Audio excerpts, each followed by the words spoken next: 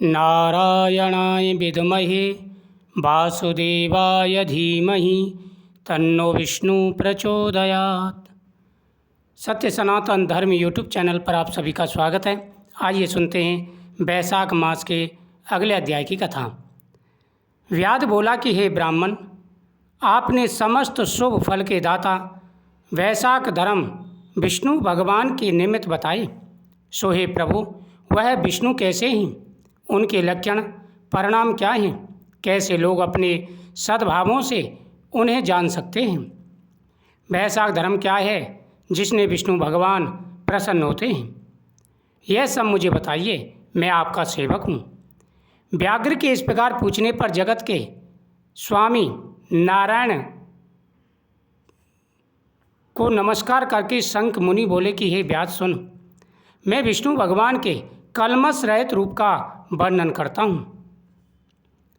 यह रूप ब्रह्मादि से लेकर किसी मुनि के ध्यान में नहीं आता। विष्णु भगवान पूर्ण शक्ति युक्त निर्गुण अनंत सच्चिदानंद रूप हैं। संपूर्ण चराचर विश्व उन्हीं के आश्रय और बस में है। अब मैं तुझे उसी परमात्मा का साक्षात ब्रह्म के लक्षण बताता हूँ, जिससे उत्पत्ति स्थिति संहार आवृत्ति नियम प्रकाश बंधन मोक्ष और वृत्ति होती है। इस परमात्मा के जन्मादि तो केवल शास्त्र से जानने योग्य हैं। वेद स्मृति पुराण इतिहास पंचरात्रि और महाभारत ये विष्णु भगवान के आत्म रूप हैं। इन्हीं के द्वारा विष्णु भगवान जाने जाते हैं, अन्य किसी प्रकार से नहीं जाने जाते। इनके जन्म कर्म और गुणों को जानकर प्राणी मोक्ष पाते हैं। कर्म से विष्णु भगवान का महत्व सातिशय होता है। इसी प्रकार देव ऋषि पिता और माता प्रत्येक में शक्ति रूप से विद्वान रहते हैं। प्रत्यक्ष आगम या अनुमान से बल और ज्ञान से सुख में प्रथम मनुष्य को उत्तम जानो, फिर ज्ञानादि द्वारा आवृत राजा को 100 गुना अधिक जानो। इससे तत्व अभिमानी देवताओं को सत गुणाधिक जाने। देवताओं से सप्त ऋषि बड़े हैं, सप्त ऋषियों से अग्नि, अग्नि से सूर्य, सूर्य से बृहस्पति, बृहस्पति से वायु, वायु से इंद्र, इंद्र से पार्वती, पार्वती से जगत गुरु महादेव और महादेव से बुद्धि देवी और बुद्धि देवी भी प्राण बलिष्ठ हैं। प्राण से अधिक कुछ नहीं और यह संपूर्ण जगत प्राणात्मक है। प्राण ही से सब जगत वेष्टित है। नील मेघ के समान प्रभाव युक्त सबका आधारभूत इसे सूत्र कहते हैं। लक्ष्मी के कटाक्ष मात्र से इनकी स्थिति है। तब व्याध बोला कि वह लक्ष्मी देवादिदेव विष्णु भगवान की एकमात्र कृपा पात्र हैं। विष्णु भगवान से अधिक यह सम्मान कोई नहीं है। जीव में यह प्राण नाम सूत्र कैसे हुआ?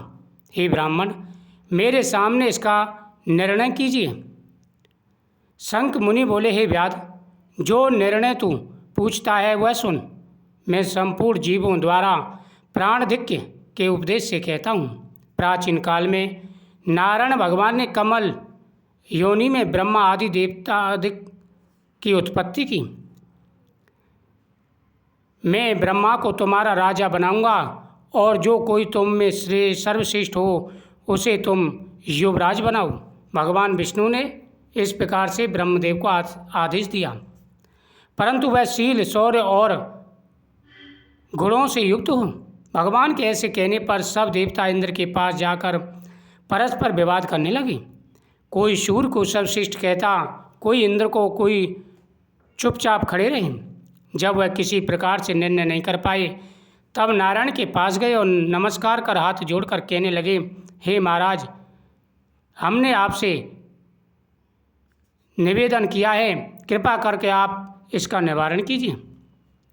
आपस में बहुत विचार किया परंतु हम में से कोई भी अधिक श्रेष्ठ नहीं दिखाई देता।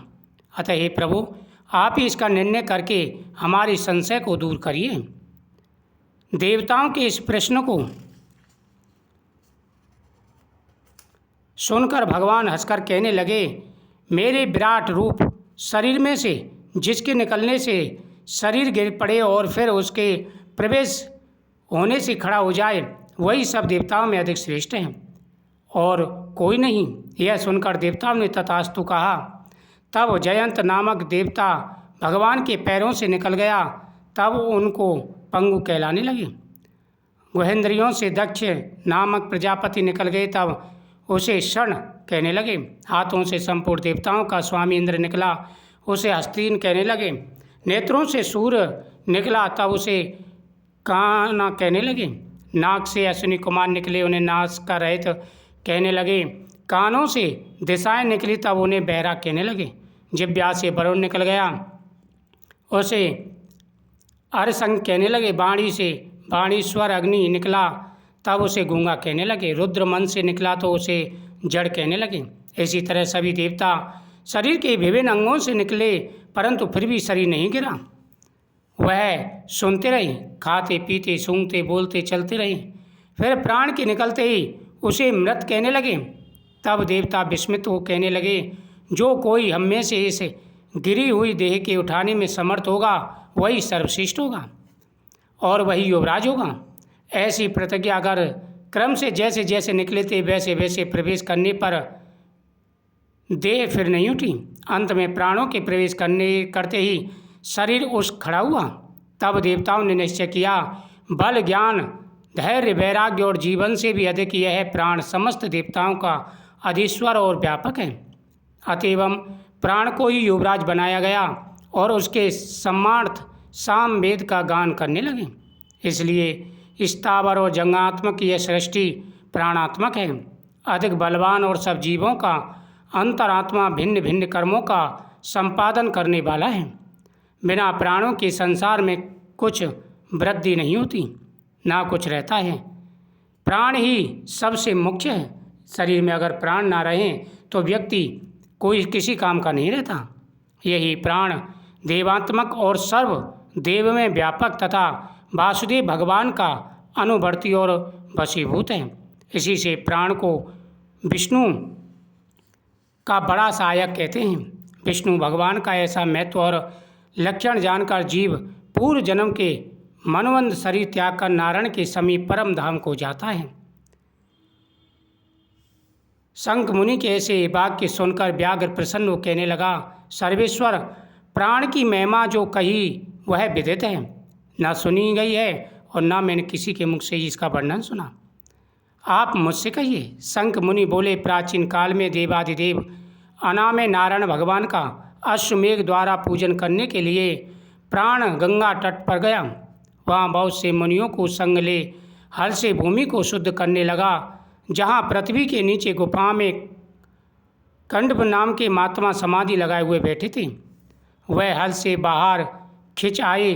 तब प्राण को अपने सामने खड़ा देख क्रोध से श्राप देते हुए बोले, तेरी महिमा तीनों लोकों से जाती रहेगी और भूलोक में तुझे कोई नहीं मानेगा। मुनि के ऐसे कहने पर क्रोध कर प्राण बोला, मैं निपराध हूँ, तूने बिना अपराध मुझे श्राप दिया, इसलिए हे कंठ तू गुरुद्रोही हो और तेरी व्रति विश्व में निंदित हो। तभी से संसार में और विशेषकर भूलोक में प्राण की महिमा प्रसिद्ध नहीं है और श्राप के कारण कण्व गुरु को मारसूर का शिष्य हुआ। हे व्याध, जो कुछ तुमने मुझसे पूछा था मैंने तेरे सामने कह दिया। अब जो कुछ तुझे पूछने की इच्छा हो वह मुझसे पूछ। ओम नमो भगवते वासुदेवाय नमः।